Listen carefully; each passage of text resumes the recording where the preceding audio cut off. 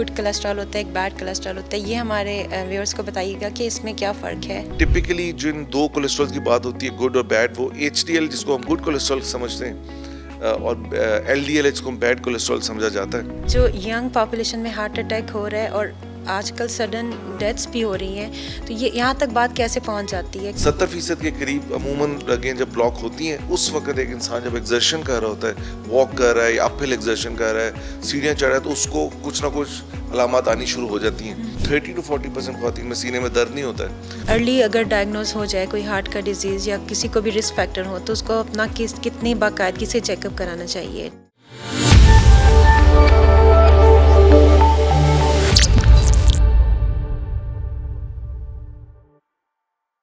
अस्सलाम वालेकुम। शिफा international hospital के प्लेटफॉर्म से पॉडकास्ट की एक नई एपिसोड के साथ मैं हूं साइमा जब्बार।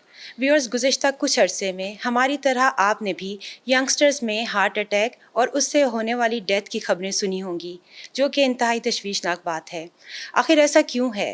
यंगस्टर्स में हार्ट डिजीज़ और हार्ट अटैक वगैरह का रुझान क्यों बढ़ रहा है? और क्या इसके रिस्क फैक्टर्स पर काबू पाया जा सकता है? किस तरह से पाया जा सकता है? इसी पर बात करने के लिए आज हमने इनवाइट किया है डॉक्टर असाद अकबर को, जो कि शिफा इंटरनेशनल हॉस्पिटल में कंसल्टेंट इंटरवेंशनल कार्डियोलॉजिस्ट हैं। Dr. Saab has advanced fellowship in cardiac imaging from Harvard Medical School, USA, and training in interventional cardiology from Mount Sinai Hospital, USA. आइए चलें बात करते हैं। अस्सलाम वालेकुम डॉक्टर साहब। वालेकुम सलाम। कैसे हैं डॉक्टर साहब? आप ठीक हैं? अल्हम्दुलिल्लाह। डॉक्टर साहब, thank you so much for giving us time to talk about this important topic. बिल्कुल। इससे पहले कि हम अपने टॉपिक की तरफ आएँ, हम जानना चाहेंगे कि आप हमारे व्यूअर्स को बताइए कि आपने अपनी मेडिसिन की तालीम कहाँ से हासिल की, इसके बाद ट्रेनिंग्स और प्रोफेशनल एक्सपीरियंसेस कहाँ से गेन किया, ये शेयर कीजिएगा। Thank you Saima. मेरा ख्याल है बहुत ही इम्पोर्टेंट टॉपिक है आजकल के हालात में, स्पेशली इन पाकिस्तान। तो मैंने किंग एडवर्ड मेडिकल कॉलेज से ग्रेजुएट किया था विद ऑनर्स इन 2004। उसके बाद आई वेंट टू इंग्लैंड और वहाँ पे मैंने इंग्लैंड और आयरलैंड में फिर मेरी अपनी जनरल मेडिकल की ट्रेनिंग की थी इंटरनल मेडिसिन में फ्रॉम यूनिवर्सिटी हॉस्पिटल गॉलवे। उधर ही फिर मैंने अपनी जनरल कार्डियोलॉजी की ट्रेनिंग की थी फ्रॉम सेंट जेम्स हॉस्पिटल और कॉक university hospital. And then I move to Boston. वहाँ पे मुझे हार्वर्ड मेडिकल कॉलेज में मैस जनरल में एडवांस कार्डियक इमेजिंग की फेलोशिप ऑफर हुई थी, विच आई कंप्लीटेड इन 2 years। और उसके बाद फिर आई मूव टू न्यूयॉर्क। वहाँ पे माउंट साइनाई हॉस्पिटल मैंने पहले इंटरवेंशनल कार्डियोलॉजी की फेलोशिप की, and then structural heart fellowship जिसमें हम टैवर और माइट्रल क्लिप्स वगैरह करते हैं। And then they offered me to stay, तो फिर I work at the age a director of the structural heart program for 2 years before I moved back to Shifa, and I've been at Shifa since 2019, alhamdulillah. Thank you very much doctor साहब।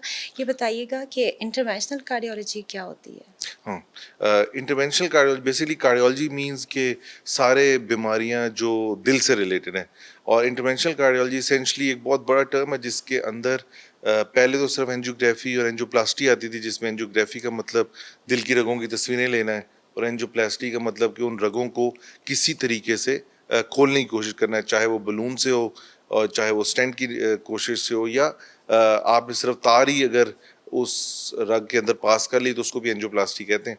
लेकिन interventional cardiology अब बहुत बड़ी field बन चुकी है। अब इसके अंदर हम दिल के वैल्व्स को भी ठीक कर सकते हैं, दिल की अगर मसल्स की सोजन है जैसे हुक्म वगैरह, उनको भी हम ठीक कर सकते हैं, और दिल के अंदर जो सुराख होते हैं बच्चों के पैदाइशी, उनको भी हम इंटरवेंशनल कार्डियोलॉजी के फील्ड में फिक्स करते हैं। तो इंटरवेंशनल कार्डियोलॉजी का इसेंशली मतलब है कि कार्डियोलॉजी या दिल की की बीमारियों के इलाज की वो वाली सब स्पेशलिटी है, वो फील्ड जिसमें हम बगैर सीना खोले टांगों से या हाथ की रगों के थ्रू जाकर उस बीमारी को फिक्स कर दें, तो वो इंटरवेंशनल कार्डियोलॉजी है।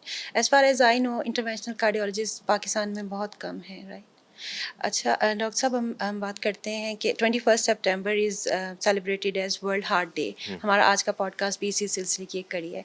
ये बताइएगा कि क्या वाकई नौजवानों में हार्ट अटैक्स, हार्ट डिजीज़ और हार्ट अटैक्स होने वाली डेथ्स के रुझान में इजाफा हो रहा है, और इसकी क्या वजह है? बहुत ज़बरदस्त क्वेश्चन है। तो मेरा ख्याल है जो सबसे पहली चीज़ है, जो नौजवानों में हार्ट अटैक का रुझान ज़्यादा देखा जा रहा है, ये एक्चुअली सारी दुनिया का इतना बड़ा इशू नहीं है। ये ज़्यादा बड़ा इशू तो इंडो पाक ये सब कॉन्टिनेंट और ये जो बेल्ट है साउथ ईस्ट एशियन बेल्ट इसका मसला है। और बाकी दुनिया में जब मैं यूएस में काम करता था तो हमारे पास कोई 50 या 60 ईयर ओल्ड भी आता था तो हमारा लेवल ऑफ कंसर्न बहुत ज़्यादा होता था कि we would consider him too young to have a heart attack. लेकिन पाकिस्तान में तो बड़ा कॉमन हम देख रहे हैं 30s में और 40s में लोग आ रहे हैं हार्ट अटैक्स के साथ। और अब जो अमेरिकन कॉलेज ऑफ कार्डियोलॉजी है उसने हमारी साउथ ईस्ट एशियन एंसेस्ट्री को, यानी अगर आप इस खित्ते से ताल्लुक़ रखते हैं या पैदा इधर हुए में to parents who belong to this region, तो उसी को एक रिस्क फैक्टर करार दे दिया ऑफ डेवलपिंग अर्ली या premature coronary artery disease, यानी 40 साल की उम्र से पहले आपको हार्ट की डिजीज डेवलप हो जाती है। तो ये एक वर्ल्ड रिनाउंड फैक्ट है, एक्नॉलेज फैक्ट है। इसकी वजह क्या है?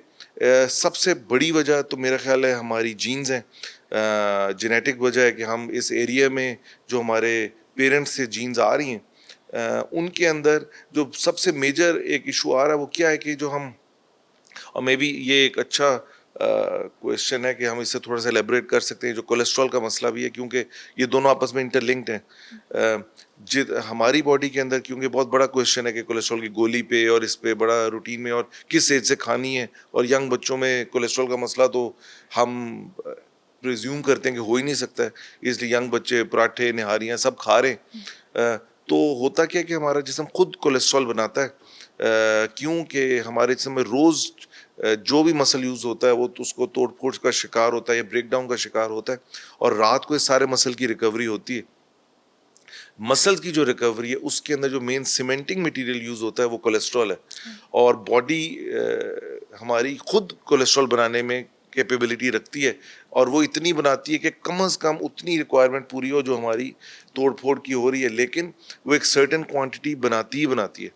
नॉर्मल लोगों में जिनमें जेनेटिक मसले नहीं होते उनमें क्या होता है कि जो एक्स्ट्रा कोलेस्ट्रॉल बनता है वो हमारे लिवर के रास्ते हमारे स्टूल में या पखाने में निकल जाता है।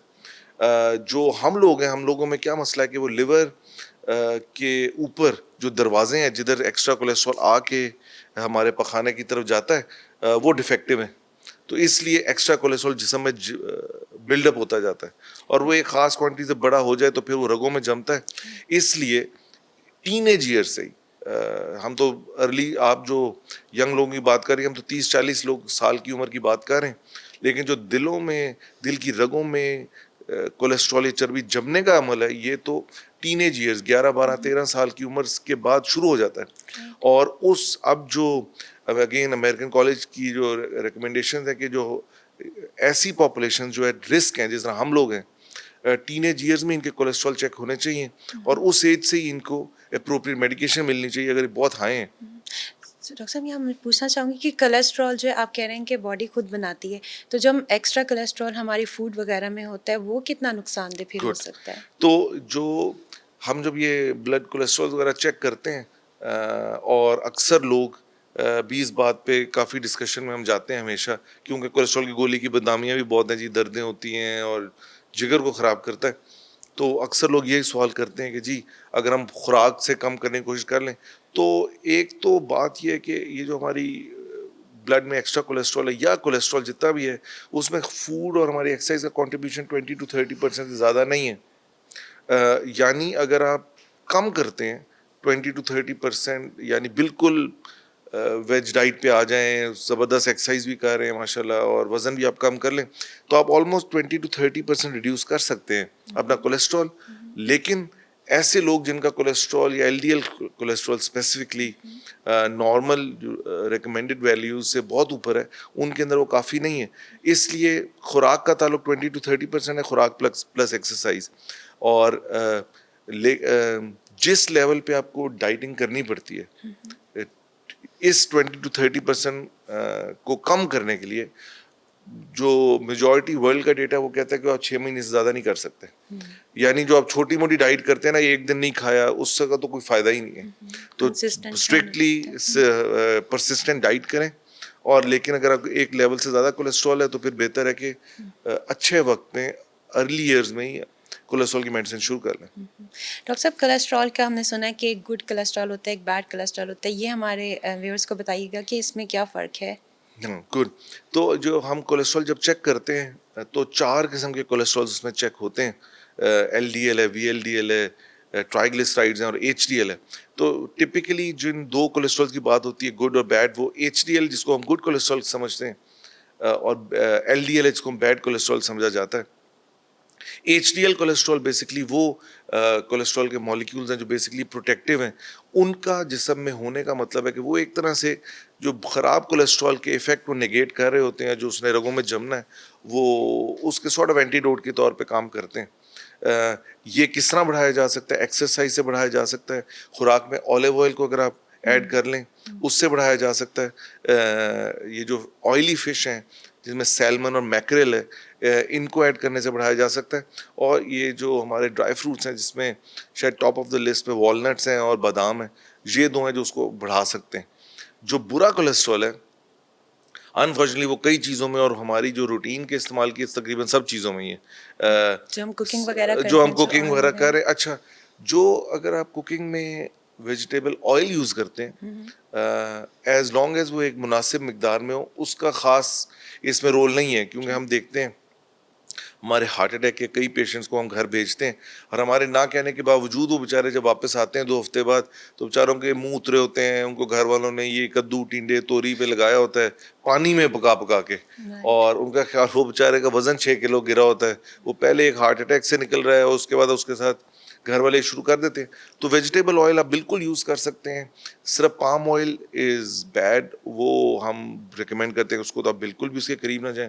पाम ऑयल उसमें नॉर्मली क्या घरों में बैड यूज़ भी नहीं कोलेस्ट्रॉल? होता है। उसमें पॉलीसैचुरेटेड फैट्स है जो सबसे वर्स्ट टाइप हैं फैट की। पहले हम मोनोसैचुरेटेड और पॉलीसैचुरेटेड बात करते थे, लेकिन और मोनोसैचुरेटेड अनसैचुरेटेड, तो ये सबसे जो वर्स्ट टाइप ऑफ फैट है वो तो पाम ऑयल में है। और पाम ऑयल बेसिकली सारी इंडस्ट्री में यूज़ होता है, यानी और इसका जो बॉइलिंग टेम्परेचर वो बहुत ज़्यादा है और ये मल्टीपल टाइम्स रीयूज़ हो सकता है वर्सेस जब आप ऑलिव ऑयल लेते हैं। आई एम श्योर के जो लोग भी घर पे यूज़ करते हैं वो थोड़ा सा ही गर्म होता है तो फट जाता है, it can not be reused और वो महंगा भी है। तो ये जो इंडस्ट्री है जिसमें ये फ्राइंग इंडस्ट्री है, जितनी समोसे पकौड़ों वाली, इधर भी यूज़ होता है। इवन आपकी मेजॉरिटी जो इंटरनेशनल चेन्स हैं जहाँ पे फ्राइज और ये यूज़ हो रहे हैं उसमें भी अक्सरियत में पाम ऑयल ही यूज़ होता है, तो वो सबसे ख़तरनाक है। जो प्रोसेस्ड फूड होती है उसमें मोस्टली जो है वो किस तरह से नुकसानदेह हो सकते हाँ, हैं? प्रोसेस फूड में कई वजह हैं। जो हार्ट के लिए उसकी मेन वजह है वो तो ये टाइप्स ऑफ फैट्स हैं जो उसके यूज़ होती हैं उसकी कुकिंग में। जो प्रिजर्वेटिव्स हैं वो आपके मल्टीपल इशू कैंसर्स बढ़ा सकते हैं। हार्ट के इशू के लिए मेनली जो ऑक्सीडेंट्स का लेवल है वो अगर उनमें ज़्यादा है तो that can cause heart attack. और लेकिन हमारे लिए जो मेन मसला होता है वो इंडस्ट्रियल फूड के अंदर कि किस किस्म का ऑयल यूज़ हो रहा है, वो हमारे लिए सबसे बड़ा इशू है। डॉक्टर साहब, आप अपनी प्रैक्टिस में क्या देखते हैं कि जो यंग पॉपुलेशन में हार्ट अटैक हो रहा है और आजकल सडन डेथ्स भी हो रही हैं, तो ये यहाँ तक बात कैसे पहुँच जाती है? क्या पहले से कोई सिम्पटम्स ऐसे नहीं होते जिनको फाइंड आउट करके कुछ स्क्रीनिंग या कुछ इस तरह का कर लिया जाए? गुड। तो देखो, एक तो हमने बात कर ली है कि ये टीनेज ईयर से ही कोलेस्ट्रॉल जमना शुरू हो जाता है। कुछ चीज़ें जो इसको बड़ी तेज़ी से एक्सपेडाइट करती हैं, यानी एक प्रोसेस जो अगर लेट्स से कोलेस्ट्रॉल जमना शुरू भी हो गया है किसी रग में किसी इंसान की टीनेज ईयर्स में ही, तो उसके जो बढ़ने का प्रोसेस है वो बड़ा स्लो और ग्रेजुअल प्रोसेस होता है और अमूमन इंसान को अलामात नहीं आती जब तक वो रग तकरीबन 70% के करीब ब्लॉक ना हो जाए। 70% के करीब अमूमन रगें जब ब्लॉक होती हैं उस वक़्त एक इंसान जब एक्सर्शन कर रहा होता है, वॉक कर रहा है या अपहिल एक्सर्शन कर रहा है, सीढ़ियाँ चढ़ रहा है, तो उसको कुछ ना कुछ अलामात आनी शुरू हो जाती हैं। आदमियों में लकीली ये सिम्पटम ज़्यादा क्लासिक आते हैं कि उनको प्रॉपर सीने में दर्द हो रहा है, पसीने आ रहे हैं, दिल घट रहा है, दिल बैठ रहा है। ख़्वातीन के अंदर 30 to 40% ख़्वातीन में सीने में दर्द नहीं होता है। उनको हम कहते हैं एटिपिकल सिम्पटम्स या एंजाइना इक्विवेलेंट सिम्पटम्स उनको आते हैं, जिसमें टॉप ऑफ द लिस्ट सांस चढ़ना है। तो अगर आपको सांस चढ़ने की ऐसी अलामात आ रही हैं, ख़ास तौर पे अगर आप देखें कि, और ये टिपिकली इसको कहा जाता है कि आप अपने पीयर्स को देखते हैं कि आपकी हम एज, हम असर, हम उम्र लोग आपके साथ अगर चल रहे हैं, एक ही डिस्टेंस चल रहे हैं, वो बिल्कुल कंफर्टेबली चल रहे हैं और आपको सांस चढ़ रहा है, तो उसको ब्रश असाइड ना करें, उसे ब्लेम ना करें कि उम्र हो गई है, शायद घुटनों का मसला है, शायद फेफड़ों का मसला है, शायद वज़न है, उसको एक दफ़ा ज़रूर चेक करवाएं। तो ये लेकिन जो आपका बुनियादी क्वेश्चन है कि कोई इलामात नहीं होती हो, यंग बच्चा अचानक डेथ हो जाती है, तो जैसे हमने कहा इलामात तो 70% या उससे ज़्यादा ब्लॉक रग हो तब आती हैं। जो हार्ट अटैक की इंसिडेंस है, हार्ट अटैक के जो चांसेस है किसी को होने के, वो एक्चुअली बढ़ जाते हैं जब रग 51% के करीब बंद हो, यानी कई दफ़ा उस रग की इलामात अभी नहीं आई होती। तो 40-50% बंद जो रग होती है, जो कई सालों से ऐसा ऐसा बंद हो रही है, वो अंडर नॉर्मल सर्कमस्टेंसेस आपको कोई तंग नहीं कर रही होती। किसी किस्म का कोई स्टिमुलस या किसी किस्म के जिस्म के अंदर ऐसा चेंज जो अचानक आए या सोजन बढ़ाए, वो इस 40 से 50% बंद रंग को अचानक 100% में कन्वर्ट कर सकता है। और ये चेंजेस क्या हैं इसमें? जो जिसमें सोजन या चेंजेस लाने वाले 3-4 चीज़ें हैं जो टॉप ऑफ द लिस्ट हैं। सबसे टॉप पे शायद स्मोकिंग है।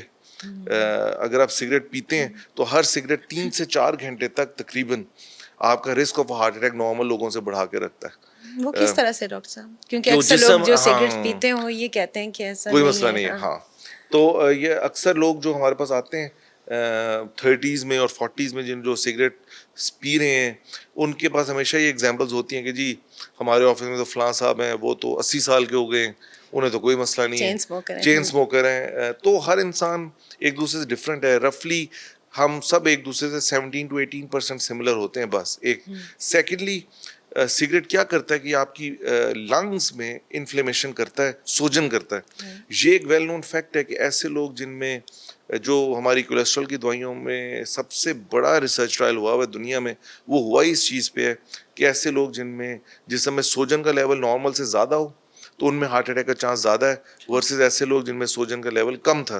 तो ये चीज़ें जो अब हमें रिकग्नाइज कर रहे हैं कि जो जिसम में सोजन बढ़ाती हैं, हर दफ़ा जब आप सिगरेट पीते हैं उसका धुआं आपके लंग्स में जाता है। जो लंग्स के अंदर आपके नॉर्मल सेल्स हैं, आपके नॉर्मल खुलिये हैं, वो जो सिगरेट का धुआं है, ज़ाहिर है धुआं इज़ नॉट नॉर्मल, वो इस काम के लिए बने नहीं हुए। वो जो धुआं है वो किसी ना किसी लेवल पर, लोकल लेवल पे फेफड़ों के अंदर सोजन करेगा। वो जो सोजन होती है वो सारी जिस्म में ट्रिगर करता है एक सोजन का प्रोसेस, जिससे बॉडी ओवरकम करती है या बॉडी डिफेंड करती है अपने आप को इस सोजन से। तो वो एक सारे जिस्म के अंदर एक सोजन का लेवल बढ़ जाता है। इस किस्म के प्रोसेस के दौरान जब बॉडी को ये मैसेज मिलता है कि आप अंडर अटैक हैं, और वो सारे अपने डिफेंस सिस्टम्स को मूव करती है उस जगह की तरफ जहाँ पे अटैक हो रहा है, जो इस केस में लंग्स हैं, तो आपके खून की जो स्पीड है रगों में वो तेज़ हो जाती है, क्योंकि बॉडी सब चीज़ें मोबिलाइज कर रही है। और जब खून की स्पीड तेज़ होगी तो ऐसी जगह जहाँ पे 40 से 50% रग ब्लॉक्ड है, उसके ऊपर से जब तेज़ी से खून गुजरेगा तो उसकी चांसेस होते हैं कि उसकी जो सतह है, सरफेस है, उसमें दरार आ जाए या कोई क्रैक आ जाए। जैसे ही वो क्रैक आता है तो बॉडी उसको बिल्कुल ये समझ आती है, जैसे आपकी स्किन पे कोई कट लग जाए, कि उसको लगता है कि ये स्किन पे जैसा कट लगता है वैसे ही कट है, और बॉडी का अपना डिफेंस मैकेनिज्म ये करता है कि उस कट को बंद करने की कोशिश करता है कि यहाँ से खून ना निकले। तो इसेंशली वो आपकी अपनी रग को बॉडी खुद ही बंद कर देती है। तो ये cigarette top of the list है जो ये सोजन करता है। सेकंड नंबर पे अगेन डीप फ्राइड खाने, वो सिगरेट से भी कई घंटे ज़्यादा तक सोजन का लेवल बढ़ा के रखते हैं। 10 to 11 आवर्स तक अगर आप डीप फ्राइड चीज़ें, करते हैं हाँ इन्फ्लेमेशन। एग्जैक्टली, वो स्टमक में इन्फ्लेमेशन कर रहे हैं बेसिकली मैकेनिज्म।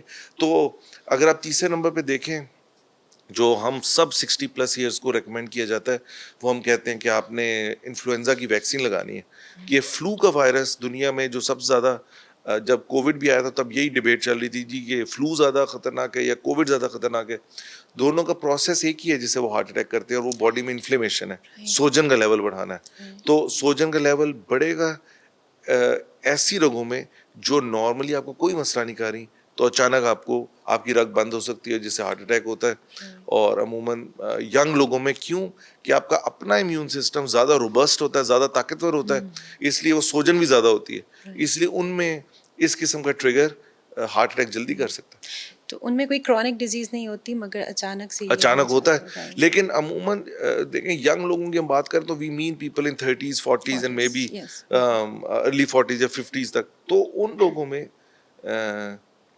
जो अंडर नॉर्मल सर्कमस्टेंसेस इतनी बीमारी होनी नहीं चाहिए। तो लाइफस्टाइल टोटली मैटर करती है। अगर आप एक्सरसाइज नहीं करते हैं तो आपको नॉर्मल से क्यों, कि एक 70% तो चलो आपके साथ जीन्स में मसला आ गया कि 70% कोलेस्ट्रॉल जो बन रहा है एक्स्ट्रा, वो भी नहीं आप बॉडी से निकाल सक रहे हैं। जो 30% आप कंट्रोल कर सकते हैं डाइट, आप वो भी नहीं कर रहे हैं। अच्छा डॉक्टर साहब बताइएगा कि और क्या रिस्क फैक्टर्स होते हैं जो कि हार्ट डिजीजेस का बायस बन सकते हैं, खास हाँ, तौर पे यंग पॉपुलेशन गुड। में? जो एक चीज़ बड़ी इम्पोर्टेंट है हमारी ऑडियंस के लिए, वो ये कि कुछ चीज़ें जिसको हम बड़ा इग्नोर करते हैं। WHO जो है, वर्ल्ड हेल्थ ऑर्गेनाइजेशन, ये तकरीबन हर 20 साल के बाद डेटा देती है हमारा पाकिस्तान का अपना। पाकिस्तान में अनफॉर्चुनेटली हमारे पास बहुत ज़बरदस्त सिस्टम्स नहीं है इन प्लेस जो कि प्रॉपर डेटा इकट्ठा करें, ऑथेंटिक डेटा जो कि हमें बताए कि हार्ट अटैक की वजह क्या है। 1998 में जो WHO ने रिपोर्ट दी थी उसके मुताबिक पाकिस्तान में नॉन कम्युनिकेबल डिजीज यानी जो इन्फेक्शन वगैरह से नहीं होती, उनमें सबसे टॉप ऑफ द लिस्ट जो वजह थी मरने की, वो हार्ट अटैक्स ही थे। 2018 में जो WHO ने अपनी अभी रीसेंट मतलब recent age compare to their standards, तो उन्होंने जो रिपोर्ट दी उसके मुताबिक पाकिस्तान में हार्ट अटैक्स की वजह बनने की और लोगों के मरने की जो सबसे आम वजह हो चुकी है, वो हाई ब्लड प्रेशर है। तो ये जो हाई ब्लड प्रेशर है, इसको अगेन यंग लोगों में बहुत अंडरमाइन किया जाता है। वो अपनी तौहीन समझते हैं कि ब्लड प्रेशर की गोली खाना, ये चीज़ें बड़ी अनफॉर्चुनेटली बड़े फ़ख्र से बताई जाती हैं कि मेरा तो ब्लड प्रेशर 180 रहता है, मुझे कोई महसूस ही नहीं होता। तो डॉक्टर और साहब नॉर्मल ब्लड प्रेशर एक यंगस्टर का क्या होना चाहिए? गुड। तो नॉर्मल ब्लड प्रेशर 130/80 एवरेज अगर आपका ब्लड प्रेशर रहता है, और नॉर्मली जब आप रात को लेट जाएं या सोए हुए हों तो ये 10% और गिर जाना चाहिए, यानी तकरीबन 120/80 पे आ जाना चाहिए। तो एज लॉन्ग एज आपके नंबर्स इन पैरामीटर्स में है, बहुत अच्छा है। लेकिन अगर किसी का ब्लड प्रेशर जो हम आइडियल हम कह रहे हैं 130/80 होना चाहिए एवरेज, अगर किसी का ब्लड प्रेशर 132 भी रहता है, यानी सिर्फ 2 मिलीमीटर ज़्यादा, तो आम लोगों की निस्बत उसका फालिज होने का रिस्क 10% बढ़ जाता है। तो ये तो बहुत मेजर इशू है हमारी यंग पॉपुलेशन का कि हमारे यंग बच्चे हैं जो 20s और 30s की एज में ब्लड प्रेशर डायग्नोज्ड है, फैमिली को पता है, उन्हें पता है, लेकिन वो मेडिसिन नहीं ले रहे हैं। उनका ख्याल है कि क्योंकि उन्हें कुछ महसूस नहीं हो रहा तो कुछ करेगा नहीं ये तो हाई डॉक्टर साहब अगर ब्लड। महसूस ही नहीं होगा तो उन्हें कैसे पता चलेगा कि हाँ, हमारा देखें, बीपी हाई हो रहा है? ये तो सारी दुनिया में इशू है। 30 to 40% लोगों को तो पता ही नहीं है कि उनका ब्लड प्रेशर का इशू है, लेकिन पहली बात तो उनकी होनी चाहिए कि जिनको पता है कि उनका ब्लड प्रेशर का इशू है, वो गोली नहीं ले रहे। अच्छा। उनको तो वो तो लेनी शुरू करें और अपने आप को बचाएं। क्यों? कि हमें पता है कि पाकिस्तान में मरने की इस वक्त सबसे कॉमन वजह ब्लड प्रेशर है। तो अगर सबसे कॉमन वजह ब्लड प्रेशर है, तो मैं अपने मरीजों को ये कहता हूँ कि प्लीज़ अपने आप को अल्लाह का मोअज़्ज़ा समझना बंद करें। एक रियलिस्टिक अप्रोच अप्लाएं ज़िंदगी की, और जो एक पाकिस्तानियों की जो एवरेज एज है वो अराउंड 50s है, जो एक मीडियन एज कहते हैं, जिसका मतलब क्या स्टैटिस्टिक्स की ज़बान में कि आधी आबादी इससे ऊपर है और आधी आबादी इसके नीचे है एज में, वो हमारी सिर्फ 37 साल है, कि 37 साल से ऊपर सिर्फ आधे लोग ज़िंदा हैं हमारी आबादी में। तो अगर 37 साल से ऊपर आधे लोग मर जाते हैं तो कोई वजह ही है तो मर रहे हैं। तो अगर आपको ब्लड प्रेशर जो सबसे कॉमन वजह है पाकिस्तान में मरने की, वो अगर है तो उसका इलाज प्रॉपर करवाएं।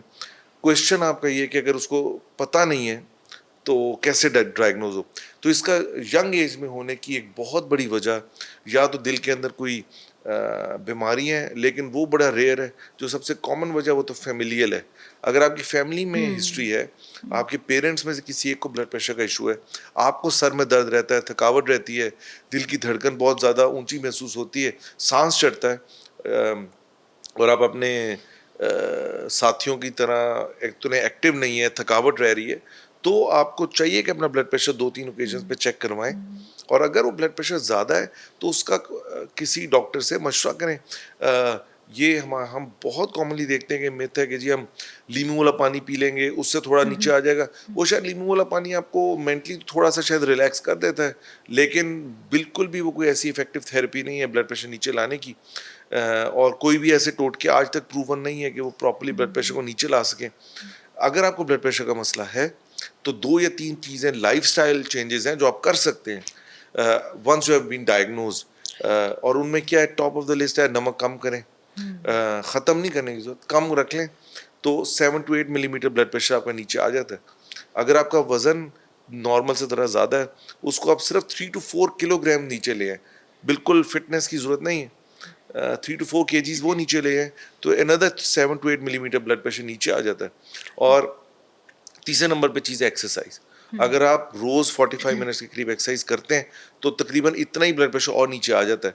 तो समझने के लिए ऑडियंस की कि एक जो हम ब्लड प्रेशर की गोली देते हैं एमलोडिपिन या इस किस्म की कोई, उसका जो मैक्सिमम इफेक्ट है वो 10 से 15 मिलीमीटर है। Right. अगर आप ये तीनों चीज़ें कर लें जो तीनों बड़ी इजीली डूएबल हैं कि आप रोज़ 45 मिनट्स वॉक कर लें या कोई एक्सरसाइज कर लें, अपना वज़न सिर्फ 3 से 4 kg कम कर लें और नमक कम कर लें, तो आप तकरीबन 2 गोलियों ब्लड प्रेशर की जो है उनसे ज़्यादा ब्लड प्रेशर अपना कम कर सकते हैं। तो अगर तो आप ये करते हैं तब तो ठीक है, अदरवाइज आप टैबलेट पे होना आपका ज़रूरी है। नहीं। अच्छा डॉक्टर साहब, अक्सर लोगों का ये हम सुनते हैं कि जिसको हार्ट का कोई इशू हुआ हो, गैस्ट्रिक प्रॉब्लम भी होता है, क्या ये इंसान इनको मिक्स भी कर सकता है? सिम्टम्स मिलते जुलते होते हैं, स्टमक प्रॉब्लम और हार्ट डिजीज से रिलेटेड कुछ? हाँ, तो सिर्फ इंसान नहीं, डॉक्टर्स भी मिस कर देते हैं और ये हम सब कर सकते हैं क्योंकि जो नर्व सप्लाई है वो वेगस नर्व ही है जो दोनों की है। नर्व सप्लाई का क्या मतलब है कि बेसिकली नाड़ें या वो जिस्म के बेसिकली वायरिंग का सिस्टम है जो जिसम में किसी भी जगह कोई मसला चल रहा हो तो हमारे दिमाग को जो फीडबैक देते हैं वो वहीं से आता है कि किस जगह पे क्या मसला चल रहा है। तो जो हमारा दिल है और जो हमारे मैदा है या आंतें हैं, इन सब को एक ही नर्व सप्लाई करती है जो वेगस नर्व है। यानी वो दिमाग कई दफ़ा कंफ्यूज हो सकता है इन दोनों की दर्दों के दरमियान। अगर आपको मैदे का ऐसा मसला चल रहा है जो मैदे की दवाई से ठीक नहीं हो रहा, या आपको मैदे की गैस वगैरह के साथ पसीने भी आ रहे हैं, सांस भी चढ़ता है चलने पे, तो फिर तो हार्ट का मसला होने के चांसेस बहुत ज़्यादा हैं। ईसीजी बिल्कुल भी काफ़ी नहीं है एज अ मैं यही टेस्ट। पूछना रही थी हाँ, कि लोग यही समझते हैं लोग कि समझते हैं कि जाके भाई ईसीजी ईसीजी करा करवा ले, लें, वो तो सही आ ईसीजी गया में तो तो। आप 40-50% ऑफ द टाइम मिस कर सकते हैं। Right. इवन हार्ट अटैक से 1 सेकंड पहले भी ईसीजी इंसान की नॉर्मल होती है। अच्छा। तो आपको तो अगर आपको ऐसा मसला है और बार बार हो रहा है तो खुद से बस ईसीजी करा के तसल्ली में मत रहें। एक डॉक्टर का मशवरा करें, वो आपकी हिस्ट्री देखेगा, आपके और क्या रिस्क फैक्टर्स हैं और उसके मुताबिक वो आपको प्रॉपर इन्वेस्टिगेशन एडवाइस करेगा और आप वो करवाएं। अगर वो इंशाल्लाह ठीक है तो यू आर फाइन। लेकिन पाकिस्तान में मैदे का मसला इज़ वेरी कॉमन, खानों की वजह से, एक खानों की वजह से भी और एक एजम्पशन की वजह से कि हर चीज़ खाने से ही होती है। कि किसी को भी हार्ट अटैक होगा वो ब्लेम करेगा जो रात को पिछली रात खाना खाया है, वो उस चीज़ पे ब्लेम नहीं करेगा कि उसकी शुगर पुअरली अनकंट्रोल्ड थी, जो एक बहुत बड़ा मेजर अगेन रिस्क फैक्टर है। और जी कभी हार्ट शायद अटैक चेक भी ना किए हो उन्होंने चेक भी नहीं शुगर। करते, क्यों? अगेन कि महसूस नहीं होती।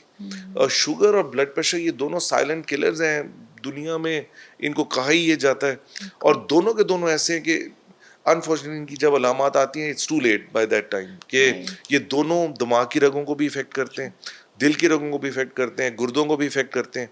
पाकिस्तान में जो लोग डायलिसिस पर हैं उनमें टॉप 3 वजहों में एक ब्लड प्रेशर, एक शुगर और एक गुर्दे की पथरी हैं। और ये तीनों वो चीज़ें जो इग्नोर्ड हैं, ब्लड प्रेशर और शुगर। शुगर का तो पाकिस्तान में जो नंबर है वो आबादी के कई, हिसाब हाँ, से उस आई हम थिंक तो वर्ल्ड में नंबर 1 एग्जैक्टली है। वर्ल्ड में नंबर 1 पे चलेंगे। वैसे और भी अगर आप सबसे- वर्ल्ड में नंबर 1 पे चलेंगे और सारी दुनिया में ये एक एक्सेप्टेड फैक्ट है कि शुगर के मरीज को नॉर्मल लोगों की निस्बत हार्ट अटैक का रिस्क ज़्यादा है, ज़्यादा है। तो आप शुगर का भी इलाज नहीं करेंगे और हार्ट का अटैक को एक्सपेक्ट नहीं करेंगे, तो ये गलती कुछ ना कुछ हमारी फिर अपनी है। तो शुगर का परफेक्ट कंट्रोल भी अगर किसी का होता है ना, तो तब भी उनका risk of heart attack normal लोगों से थोड़ा ज़्यादा रहता है। ऑलमोस्ट 15 साल से जो अमेरिकन कॉलेज ऑफ कार्डियोलॉजी उसकी रिकमेंडेशन ये है कि अगर आपको 40 साल से ज़्यादा आपकी उम्र है और आपको शुगर का मसला है तो आपने कोलेस्ट्रॉल की गोली पे होना ही होना है, रिगार्डलेस कि आपका कोलेस्ट्रॉल कितना है, ताकि आपके हार्ट अटैक्स का प्रिवेंट कर सकें। अच्छा डॉक्टर साहब, ये खून पतला करने वाली जो गोलियां होती हैं, ये क्या वैसे भी खा सकते हैं या फिर इसके लिए भी ज़रूरी है कि आप सबसे पहले अपना मुकम्मल चेकअप कराएं और फिर आप उस गोली की तरफ आएं? जो खून पतला करने वाली गोलियां हैं, इन पे अगेन हमारे बहुत एतकाद है लोगों का। एस्प्रिन तो बहुत लोग खाते हैं और उनका लगता है कि उससे उनका खून का फ्लो अच्छा हो जाता है। तो एस्प्रिन बहुत पुरानी मेडिसिन है, इस पे बहुत ज़्यादा रिसर्च हुई हुई है और कई लाखों लोगों का जो एविडेंस है ये पिछले कुछ सालों में उन्होंने एक्यूमुलेट करके, जिसको मेटा एनालिसिस कहते हैं, मल्टीपल तरीके से इनको एनालाइज किया गया है एस्प्रिन के डेटा को।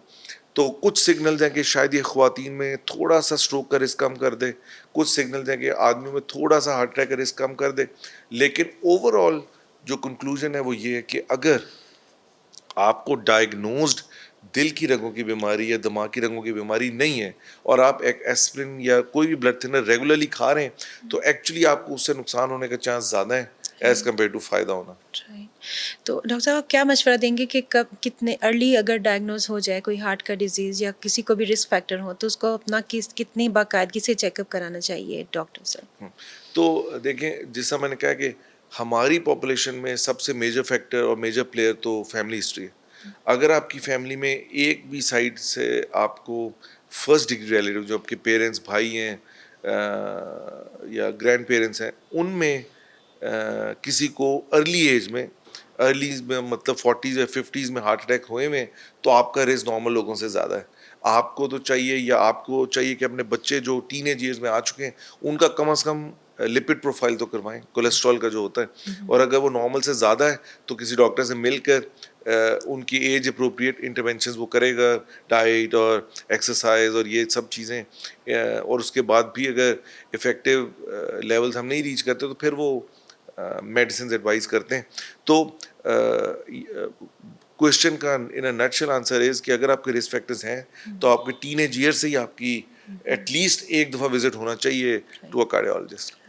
अच्छा डॉक्टर साहब अगर रिस्क फैक्टर्स की बात करें तो इसमें स्ट्रेस और एनवायरमेंटल फैक्टर्स जो हैं वो कितने इंपॉर्टेंट हैं, और जो एक और बात बताइएगा कि लाइफस्टाइल जो है अगर कोई आजकल जिस तरह यंगस्टर्स हैं वो रातों को काम कर रहे होते हैं और दिन को वो सो रहे होते हैं, रात को जाग रहे होते हैं, इन सब चीज़ों का भी कोई इसके ऊपर इफेक्ट हो सकता है? हाँ बिल्कुल हो सकता है। तो हम स्ट्रेस और लाइफस्टाइल ये जो कामों का टाइम है ना ये काफ़ी इंटर रिलेटेड है।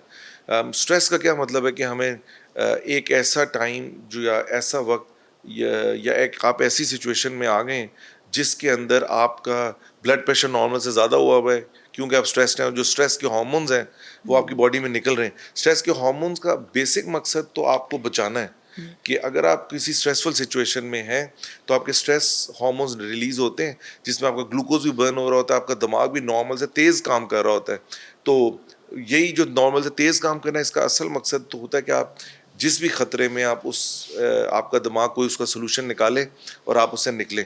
लेकिन स्ट्रेस जिसको हम लेते हैं कि आपको गुस्सा आ गया है या आप सेंसिटिव हैं और जो लोग इर्द गिर्द आपके हैं वो आपको उस समय रिस्पॉन्ड नहीं कर रहे तो इसलिए आप स्ट्रेस्ड हैं, जो कि हमारी ख्वातीन अक्सर क्योंकि वो सेंसिटिव होती हैं तो वो ज़्यादा स्ट्रेस ले लेती हैं।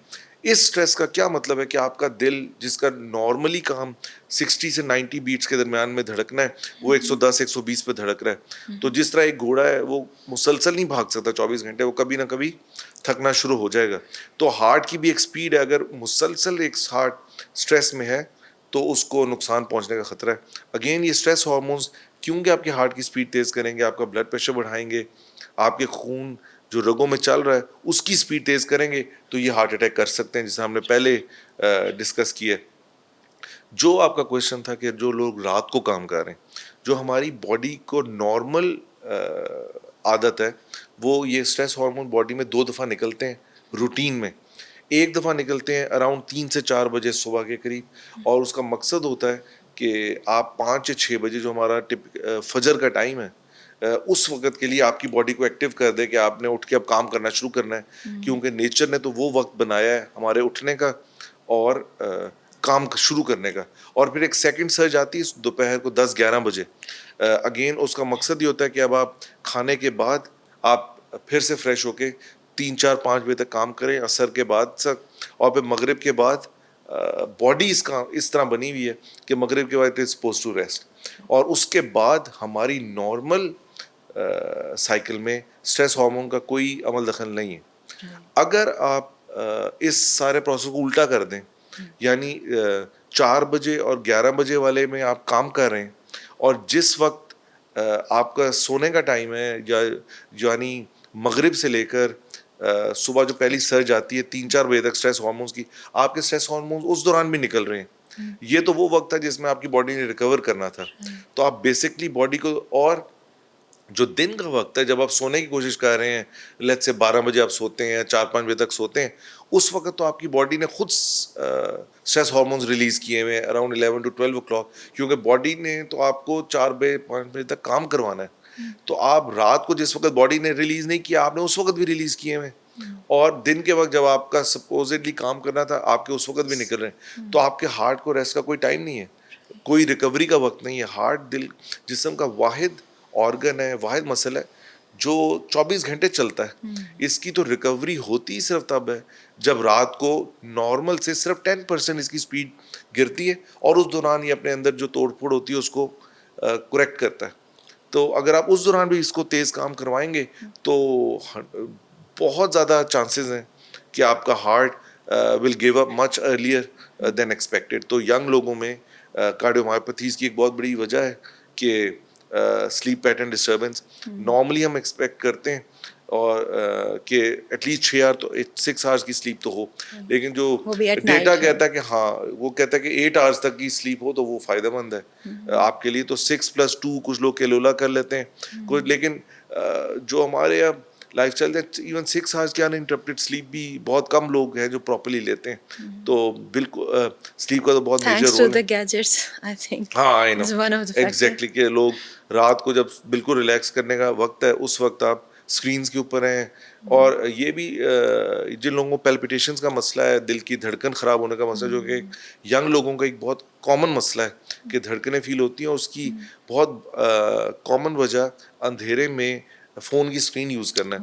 कि ये जो फ़ोन्स हैं, depending on which phone you are using, अगर आप कोई भी अच्छा फ़ोन लेते हैं तो उसकी जो स्क्रीन है वो 90 फ्रेम्स पर सेकंड पे चेंज हो रही है, तो वो आपके दिमाग को उतना ही स्टिमुलेट कर रही है। अगेन ये काम अगर आप मगरिब या इशा के बाद कर रहे हैं, when your body is suppose to rest, उस वक्त आप दिमाग को एक ऐसी चीज़ दिखा रहे हैं कि उसको 120 टाइम्स एक सेकंड में एक चीज़ प्रोसेस करनी पड़ रही है, तो सारी बॉडी जागी हुई है।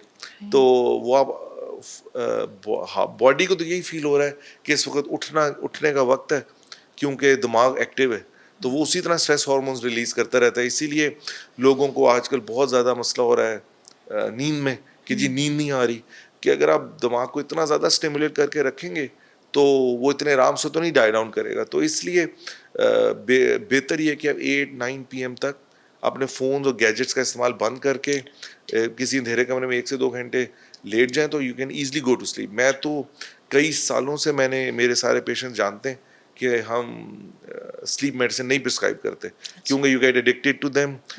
वो सबसे एक शॉर्टकट है कि आप बाकी सारी गलत हरकतें कर रहे हैं, जागे में हैं, आंखें में सो गोली नहीं रहे, ले और रहे फिर हैं। एंड पे वो पी के खा के सो गए तो आपने समझा कि हमने बड़ा अच्छा नींद बड़ी अच्छी आ गई है। लेकिन वो सब कुछ आप अगर आप ये देखें कि एक बॉडी में स्ट्रेस हार्मोन्स निकले हुए हैं, बॉडी एक्टिव हुई हुई है, और उसको आप गलत तरीके से आप सुला देते हैं, तो उसकी अपनी कॉम्प्लिकेशन है कि आप तो आंखें सो रही हैं, दिमाग रेस्टेड है, लेकिन सारी बॉडी जागी हुई है, क्योंकि हार्ट रेट तो आपको उसी तरह तेज़ चल रहा है। तो इसलिए बेहतर ये है कि गैजेट्स को 8 to 9 PM के करीब आप रख दें, तो बड़े आराम से आपकी नींद के पैटर्न भी नॉर्मलाइज हो जाते हैं, प्लस ये जो आपको दिल के नुकसान होने का खतरा है वो भी बेहतर हो जाता है। तो डॉक्टर साहब, आपने हार्ट बीट की बात की कि वो फास्ट हो जाती है। कुछ लोगों के साथ ये होता है, ख़ास तौर पे ख़वातीन में, कोई खबर सुन ली या फिर कोई ऐसा सदमा हो खुदा ना खासा, तो फिर हार्ट बीट तेज़ हो जाती है और उस वक्त भी हार्ट अटैक के चांसेस बढ़ जाते हैं। हाँ, तो देखिए हार्ट बीट तो तेज़ हो जाती है अगर हमारी बॉडी को अल्लाह ताला ने बड़ा ज़बरदस्त बनाया कि हम इवन 130s 140s 150s तक भी हार्ट की बीट चली जाए, जो कि अक्सर लोगों की एक्सरसाइज में जाती भी है, तो बॉडी उसको अच्छा टॉलरेट कर लेती है। लेकिन जो आपने बात की ना, सदमा या कोई ऐसी खबर मिले जिससे अचानक तेज़ हो, तो उससे ख्वातीन में टिपिकली एक इशू आ सकता है जिसको हम ब्रोकन हार्ट सिंड्रोम कहते हैं, या टूटे हुए दिल का सिंड्रोम, या मेडिकली उसको टाकात्सुबु कार्डियोमायोपैथी कहते हैं, कि उनमें ये जो स्ट्रेस हार्मोन निकलते हैं अचानक खबर सुनने से, और ये सिर्फ गमी की खबर से नहीं होता है, ये हाँ, बहुत मैं ज़्यादा भी खुशी पूछना की थी, खबर खुशी से की भी हो सकता किसी है। का अगर प्राइज बॉन्ड निकल आए हाँ, बहुत और उसको ज़्यादा, उधर इस तरह हार्ट की भी अटैक हो हमने गया। खबरें सुनी हैं। हाँ, तो वो क्या होता है कि वो दिल के एक पट्टे का जो मेन पंपिंग चेम्बर है उसको अचानक वो वीक कर देता है, जिसको हम हार्ट अटैक या से तशबीह दे सकते हैं। होता वो हार्ट अटैक नहीं है। अच्छी बात यह है कि उसका प्रोग्नोसिस बहुत अच्छा है, विद इन 48 आवर्स वो रिकवर कर जाते हैं। ये तो वो लोग हैं जिनको वो मसला होता है, लेकिन जिनको प्रॉपर हार्ट अटैक हो, अगेन हार्ट अटैक क्यों होगा कि स्ट्रेस हार्मोन्स निकलेंगे, वही जिस तरह हमने बात की कि वो जो आपकी रग पे बीमारी है उसमें शगाफ या क्रैक डालेंगे तो बॉडी उसको क्लॉट कर देगी। तो अचानक स्ट्रेस वाली जो खबरें हैं, ऐसे लोग जो प्रीडिस्पोज्ड हैं, यानी एज ज़्यादा है या उनको ऐसी बीमारियाँ हैं, मे बी फैमिली मेम्बर्स को चाहिए कि उसको ज़रा ईज़िली या स्लोली ब्रेक करें, ताकि उनको उस किस्म के इफ़ेक्ट्स ना आए। हार्ट अटैक तो हार्ट अटैक है, heart attack means permanent damage of the heart, वो राइट। वापस नहीं आता है। हम उसके इर्द गिर्द का जो बचा हुआ हिस्सा है जिसको अल्लाह ताला सुला देते हैं, जब ब्लड फ्लो पूरा नहीं मिल रहा है हम उसको वापस ले आते हैं, अगर टाइम पे स्टेंटिंग हो जाए, मेडिकल थेरेपी प्रॉपर मिल जाए, लेकिन आप डेड हिस्से को वापस नहीं ला सकते। हार्ट फेलियर और हार्ट अटैक में क्या फ़र्क है? हाँ, हार्ट अटैक का बेसिकली यही मतलब है कि आपकी दिल की रग में अचानक 99 से 100% बंदिश आई है, जिससे खून का फ्लो रुक गया। खून का मकसद एसेंशली दिल के पट्टे के लिए मेनली एक है कि ऑक्सीजन उसको दे रहा है। ऑक्सीजन का काम बेसिकली पेट्रोल वाला है। जो हमारी बॉडी में जो कार में फ्यूल का काम है कि मोटर या इंजन को चला के रखता है, ऑक्सीजन का भी वही काम है। जैसे ही किसी गाड़ी में फ्यूल या पेट्रोल ख़त्म होता है, गाड़ी रुक जाती है। एग्जैक्टली इसी तरह ही दिल का सिस्टम है कि जिस दिल के हिस्से को वो रग खून दे रही थी वो अचानक बंद होगी तो वो हिस्सा रुक जाएगा। दिल के पट्टे के अंदर क्योंकि वो इतना एक्टिव पट्टा है, उसके अंदर रिजर्व्स 15 से 20 मिनट तक के होते हैं कि वो 15 से 20 मिनट के अंदर अंदर अगर आप किसी प्रॉपर सेंटर में पहुंच जाएं, आपको प्रॉपर मेडिसिन मिल जाए तो थोड़ा बहुत इम्प्रूव हो जाता है। अदरवाइज पहले 20 मिनट से 30 मिनट के बाद परमानेंट डैमेज हार्ट अटैक का शुरू हो जाता है, यानी वो हार्ट का मसल जिसको वो रग खून दे रही थी वो परमानेंट मरना शुरू हो जाता है। तो ट्रीटमेंट तो आपने उसकी फ़ौरन ही देनी है और जल्दी देनी है, और अगर आपको ऐसा मसला है तो आपने जल्दी पहुंचना है। ऐसे लोग जिनको बहुत बड़ा हार्ट अटैक हो जाए इन द पास्ट और आप सर्वाइव कर जाएं, या कुछ और बीमारियां हैं, पुअरली कंट्रोल शुगर है, हार्ट के कुछ रिदम्स के मसले हैं जिसमें दिल की धड़कन की बेतरतीबी बहुत पुरानी और बहुत ज़्यादा हो, उन सब की वजह से दिल का मसल का वीक होना को हम कार्डियोमायोपैथी कहते हैं। और इसकी वजह से अगर फेफड़ों में पानी पड़ना शुरू हो जाए तो उसको हम हार्ट फेलियर कहते हैं। कि हार्ट फेलियर का मतलब है बेसिकली डीकम्पोजिट, कि हार्ट का जो काम था कि फेफड़ों से साफ पानी को लेकर सारे जिस्म में डिस्ट्रीब्यूट करना, हार्ट वो करने में फेल हो गया। तो अब क्योंकि फेफड़ों से पानी वो नहीं निकाल सक रहा, तो फेफड़ों में पानी पड़ना या सांस चढ़ना, और इसको हम हार्ट फेलियर की अलामत में से मेन मानते हैं। राइट। चलो डॉक्टर साहब, आपने एक्सरसाइजेज की बात की। कुछ लोग एक्सर्शन भी करते हैं और जिम वगैरह जाते हैं और स्टेरॉइड्स लेते हैं ताकि उनकी बॉडी बिल्डिंग हो। इस तरह की भी हमने न्यूज़ सुनी है कि जो लोग बहुत ज़्यादा फिटनेस फ्रीक्स होते हैं और जिम में एक्सर्शन करते हैं उनकी भी हार्ट अटैक से डेथ्स हो सकती हैं। ऐसा क्यों होता है? तो देखिए, अगर तो आप एक्सरसाइज करते हैं और रेगुलर एक्सरसाइज कर रहे हैं, एज आई सेड कि आप 140 150 तक भी हार्ट बीट ले जाते हैं, तो अमूमन अंडर नॉर्मल सर्कमस्टेंसेस इतना ख़तरनाक काम नहीं है। स्टेरॉइड्स लेने में बहुत ख़तरा है, डिपेंडिंग ऑन आप कौन से स्टेरॉइड्स ले रहे हैं। प्लस स्टेरॉइड्स के अलावा स्टिमुलेंट ड्रग्स हैं जिसमें क्रेटिन वगैरह है, जो अगेन आपके हार्ट को स्टिमुलेट करती हैं, आपकी पल्स को तेज़ करती हैं। ये सब चीज़ें नॉर्मल मैकेनिज्म से आपके हार्ट बीट को तेज़ नहीं कर रही, ये एबनॉर्मल मैकेनिज्म से कर रही हैं। एबनॉर्मल मैकेनिज्म मींस कि अब आपका हार्ट नॉर्मल उस पर रेगुलेशन नहीं है जिस तरह वो नॉर्मली रेगुलेट हो रहा है, तो वो नॉर्मल से ज़्यादा स्टिमुलेट होगा, नॉर्मल ज़्यादा ब्लड प्रेशर बनाएगा, जिसमें रगों के अंदर अगेन हार्ट अटैक का ख़तरा है। तो स्टेरॉइड्स के साथ तो नहीं, लेकिन अगर आप एक्सरसाइज करते हैं और आपकी फैमिली में किसी को हिस्ट्री नहीं है सडन डेथ की, और आपको कोई अलामत नहीं है चेस्ट पेन की, या जो सबसे कॉमन और ऐसी अलामत है जिसको आप, जो एक रेड फ्लैग है जिसको आपको सोचना चाहिए कि मुझे चेक करवाना चाहिए, वो चक्कर आना है। अगर आपको एक्सरसाइज के दौरान चक्कर आ रहे हैं तो वो आपको चेक करवाना चाहिए। ट्रेडमिल आप कर रहे हैं हैवी और सब कुछ कर रहे हैं, और ट्रेडमिल से उतर कर इमिजिएटली उस वक्त अगर आपको चक्कर वगैरह आते हैं, वो बिल्कुल नॉर्मल है। लेकिन अगर during exercise, specially treadmill, jogging और इस किस्म के दौरान आपको चक्कर आए, सीने में दर्द हो या बहुत एक्सेसिव पसीना आ रहा है, तो मे भी आपको एक बार चेक करवा लेना चाहिए। राइट। चलो डॉक्टर साहब, एक नॉर्मल इंसान को जिसको अभी कोई इस तरह का मसला नहीं है, उसको आप कितनी फिज़िकल वो कर फिटनेस के लिए, अपना फिज़िकल फिटनेस के लिए कितनी वॉक करनी चाहिए या कितना अपने आप को फिज़िकली एक्टिव रखना चाहिए? तो नॉर्मली जो एडवाइज्ड है एएचए वालों की तरफ से, वो तो यही है कि आपने 45 minutes a day 5 times a week करना है। अगर आप मॉडरेट इंटेंसिटी एक्सरसाइज करते हैं, यानी ब्रिस्क वॉक वगैरह कर रहे हैं। अगर आप हैवी एक्सरसाइजेस कर रहे हैं, जिम कर रहे हैं, रनिंग कर रहे हैं, तो 150 मिनट्स काफ़ी हैं ओवर 2 डेज भी। यानी सैटरडे संडे को भी आप 75 मिनट्स करके हैवी एक्सर्शन कर लेते हैं, दैट शुड बी इनफ। जो पॉपुलेशन है हमारी जिसके अंदर मेजॉरिटी लोग इतने फिट नहीं है, उनके लिए AHA ने ये भी रिकमेंड किया कि अगर आप 10-10 मिनट्स की ही वॉक्स दिन में 4 दफ़ा भी कर लेते हैं तो दैट इज़ इक्वली गुड।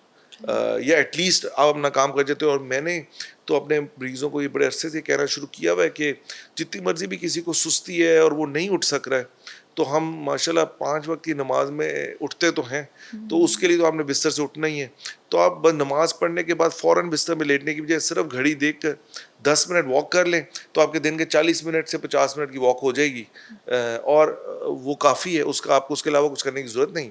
और गर्मी है, बहुत कॉमन बहाना है कि जी बाहर गर्मी बहुत है, तो फिर नवंबर दिसंबर में सर्दी बहुत हो जाती है, तो आइडियल मौसम तो कभी भी नहीं मिलेगा। तो अगर आप 10 मिनट्स की वॉक चाहें तो बड़ी इजीली घर के अंदर हो सकती है। आप कॉरिडोर के अंदर चल लें, ब्रिस्क वॉक भी बेशक ना करें, तो इसका तो कोई बहाना भी नहीं है। और 10 मिनट करके आप बोर भी नहीं होते। तो 10 minutes 4 times a day is equally good, लेकिन आइडियली तो 45 मिनट्स 5 टाइम्स अ वीक होनी चाहिए। सो ये सारी कार्डियो एक्सरसाइजेज हैं, इनसे हार्ट को जो है वो एक्सरसाइज करता है और हार्ट बेसिकली आपकी अगर 40-50% भी डिजीज है तो आपको कई दफ़ा सिम्टम्स पहले आने शुरू हो जाते हैं, जिससे आप हेल्प ले सकते हैं वक्त पे। अच्छा डॉक्टर साहब, एंड पे आप ये बताइएगा कि आप हमारे व्यूअर्स को क्या मशवरा देंगे कि वो किस तरह से अपने दिल का ख्याल रख सकते हैं, ख़ास तौर पर यंगस्टर्स। हाँ, तो हमने जो अभी सारी बात की है वो यंगस्टर से ही रिलेटेड है कि आप लोगों को ये रियलाइज़ करना चाहिए कि अगर आपकी फैमिली में हार्ट का इशू चल रहा है तो आपको अर्लीस्ट पॉसिबल एज में, जो टीनेज ईयर से ही अपना एटलीस्ट एक दफ़ा मुआयना करवाएं किसी कार्डियोलॉजिस्ट से। अगर आपको एडवाइस है ब्लड प्रेशर की गोलियां, शुगर की टैबलेट्स या कोलेस्ट्रॉल की टैबलेट्स, तो अपनी मर्ज़ी से उनको मत छोड़ें, अलामात के ऊपर मत जाएं। अगर आपको ब्लड प्रेशर की अलामत नहीं है या शुगर की अलामत नहीं है तो ये याद रखें 99% लोगों आप जैसे ही हैं। लेकिन दूसरी तरफ हार्ट अटैक, गुर्दे फेल होना, फालिज, इन सब की सबसे कॉमन वजह भी यही तीन है। तो इसका मतलब है कि अलामत आपको तब भी आएंगी अनफॉर्चुनेटली जब बहुत लेट हो चुका होगा। तो अगर आपको ऐसी कोई बीमारी है तो उसकी रेगुलर मेडिसिन लें, नागा मत करें। और जिस भी फ्रीक्वेंसी पे आपके डॉक्टर्स ने आपको विजिट्स का कहा हुआ है, उन पीरियोडिक विजिट्स को रेगुलरली फॉलो करें। Right, thank you very much doctor साहब। Thank you. व्यूअर्स, उम्मीद है हम आज का प्रोग्राम आपके लिए काफ़ी फ़ायदेमंद साबित हुआ होगा और हार्ट हेल्थ से रिलेटेड आपकी इन्फॉर्मेशन में इजाफा हुआ होगा। अपना और अपने प्यारों का ख्याल रखें, उनकी दिल की सेहत का ख्याल रखें, खुश रहें और खुश रखें। आज के लिए इतना ही। अपना फ़ीडबैक हमें ज़रूर दीजिएगा। अल्लाह हाफ़िज़।